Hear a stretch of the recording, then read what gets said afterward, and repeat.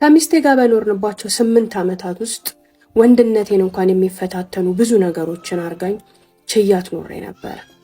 ዛሬ ግን መታዋት ስልሽ ሐውለት ቀላል ምት ለኮፍ እንዳይመስልሽ በጣም ነው የመታዋት። ሁሉ ነገር ከትግስቴ ከአቅሌ ከሐሳቤም በላይ ሆኖ ነበር። ከመታዋት በኋላ ወዴት እንደሚሄድ እንዴት እንደሚሄድ ሳላቅ ቤቴን ለቅቄ በደመ ነፍስ እየተራመድኩኝ ስወጣ እያሰብኩ የነበረው አንድና አንድ ነገር እኔ ለማንም የምረባ ሰው አይደለሁም። ለማንም የምጠቅም ሰው አይደለሁም። እዚሽ ምድር ላይ መኖር የለብኝም።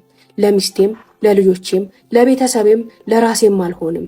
መሞት ነው ያለብህ እያለኝ ጭንቅላቴ በደመ ነፍስ ስራመድ የመጀመሪያዋ ሴት ልጄ ደጅ ላይ ከልጆች ጋር ስትጫወት በርቀት አየች።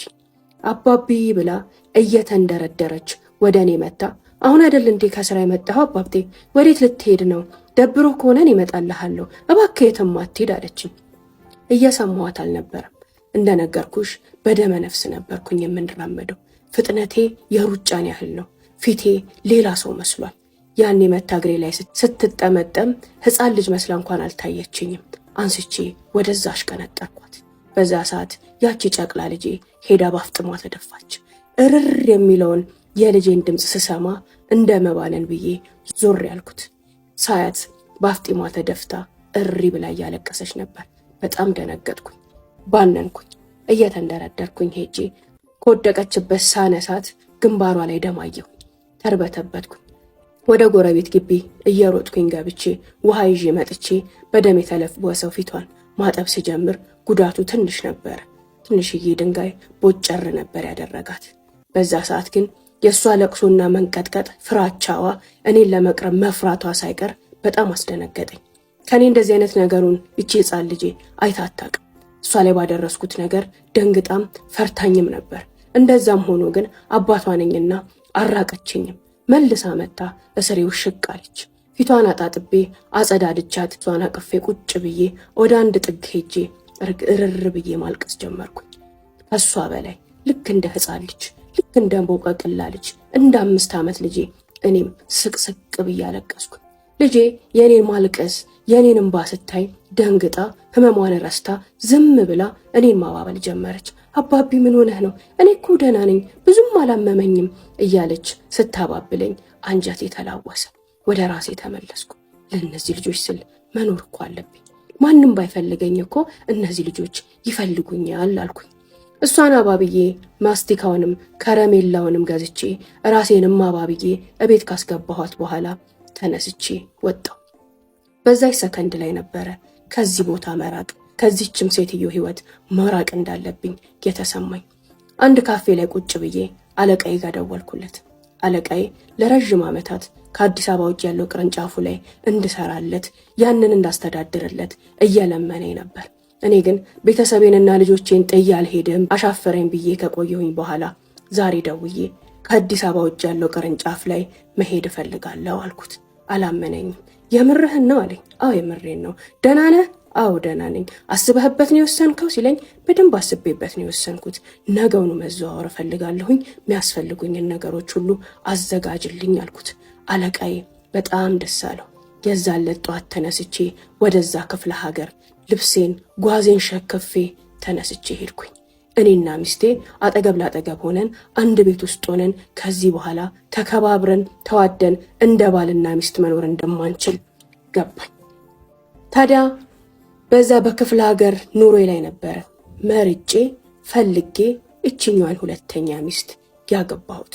እሷን ሳገባ ሳላስብበት ስሜታዊ ሆኜ ድንገትም አልነበረም። በትክክል ለሚስቴ የማሳያት ትክክለኛው ነገር ማንነቴንም የማረጋግጥበት ወንድነቴንም የማሳይበት ትክክለኛው መንገድ ይሄ ነው ብዬ አምኜ እንጂ ወደዛ እንደሄድኩኝ በአጭር ቀን ውስጥ ቆንጆ ምርጥ ሴት አግኝቼ ሌላ ትዳር ውስጥ ገባሁ። ይሄ ትዳር ግን ልጆቼን ወዳልፈለግኩት ወዳላሰብኩት ወደማልፈልገውም ማጥ ከተተብኝ ሐውለት ይለናል። እንዴት ናችሁ ቤተሰቦቼ? ደህና ናችሁ? ሁሉም ሰላም? አብራችሁ ስለሆናችሁ ስለምትከታተሉኝ በጣም አመሰግናለሁ። ቻናሉ እስካሁን ሻዶ ባኑ አልተነሳም።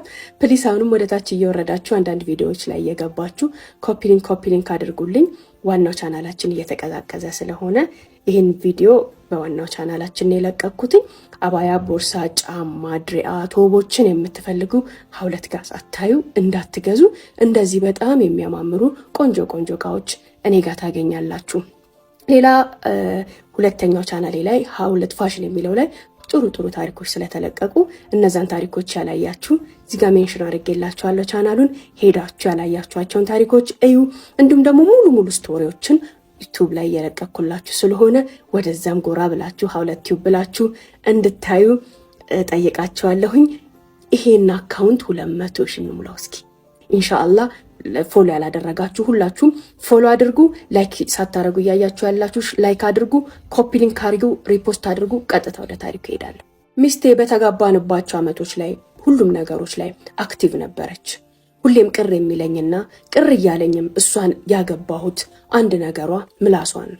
ምላሷ ከመጋባታችንም በፊት አውቀው ነበር። ተንኮል ማለት የመናገር አዝማሚያ ቢኖራትም በዚህን ያህል ተዳፍራ በዚህን ያህል ግን አፏን ከፍታ ትናገረኝ ስላልነበረ ሌላ ሰው ላይ የምሰነዝራቸውን ቃላቶችና የስድብ ነገሮች እኔ ጋር ታመጣዋለች ብዬ አላስበም ነበር።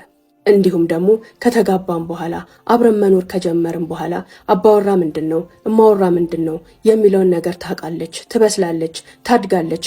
ከዚህ ስድብና ለሰውም ካላት ንቀት ትወጣለች ብዬ አስቤ ነበር ያገባዋት። ያ በርግጥ አሁን ሳስበው ትልቁ ስህተቴ ነው። መጀመሪያ በጓደኝነት ጊዜ ወይ ደግሞ ከዛ በፊት የነበረ የትኛውም ባህሪ የትኛውም ቅር የሚለንና መጥፎ ነገር ትዳር ውስጥ ስለገባን ብቻ እንደማይሻሻል በእኔ ያወቅኩት። ብዙ ነገሮቿን ባቅም ከትዳር በፊት ትዳር ውስጥ ስትሆን ትሻሻላለች፣ እኔም አገራታለሁ፣ እኔም ማስተምራታለሁ፣ እድሜና ህይወትም ይገራታል ብዬ አስብ ነበር። ነገር ግን እነዛ ሁሉ ትገራባቸዋለች፣ ትተዋቸዋለች፣ ትማራቸዋለች ብዬ ያሰብኳቸው ነገሮች ትዳር ውስጥ ከገባች በኋላ እየባሱ ነው እንጂ እየተሻሻሉ አልመጡም። ያን ባልከፋ ያን ሁሉ ችዬ ለመኖር ምንም አይመስለኝም ነበር። ከባዱና ትልቁ ነገር ግን ሚስቴ ከሆኑ አመታት በኋላ አብረን ከኖርንባቸው የሆኑ ጊዜያቶች በኋላ አብሶ ልጆችን ከወለደች በኋላ አንድን ባህሪ ያመጣች። ሁሌም ያማታል። አዎ 2 ቀን ራስ ምታት ያማታል። ከራስ ምታቱ ቀጥሎ ወገቧን ያማታል። ከወገቧ ቀጥሎ ደግሞ ሆዷን ያማታል። ያም ቅር አላለኝም። እነዚያ ህመም ሳይክሎች ተፈራርቀው ካለፉ በኋላ ደግሞ የማይቀረው የወርሃዊ ህመም ይመጣል። 7 ቀን ወይም ደግሞ 10 ቀን ድጋሚ በሱ ስታቃስት ስትንከባለል ትከርማለች። ይሄ ተፈጥሮ ግዴታ ነው። እንደሚያማትም ሊመጣም ሊሆንም እንደሚችል እኔም የተማርኩ ነኝና እኔም ሰው ነኝና እረዳለሁ። ከዛ በኋላ ያሉ ግን ወሩን ሙሉ አቅጣጫ እየቀያየረ ቦታ እየቀያየረ ሁሌም በሽተኛ የምትሆንበት ነገር ቢያናድደኝም ለቤቴ ለትዳሬ ብዬ ይሄንንም ችዬ ኖር ያለሁኝ። እኔና እሷ በወር ውስጥ ከ8 እስከ 10 ጥሩ የባልና የሚስት ግንኙነቶች ካሉን ሀጃ ወጣ።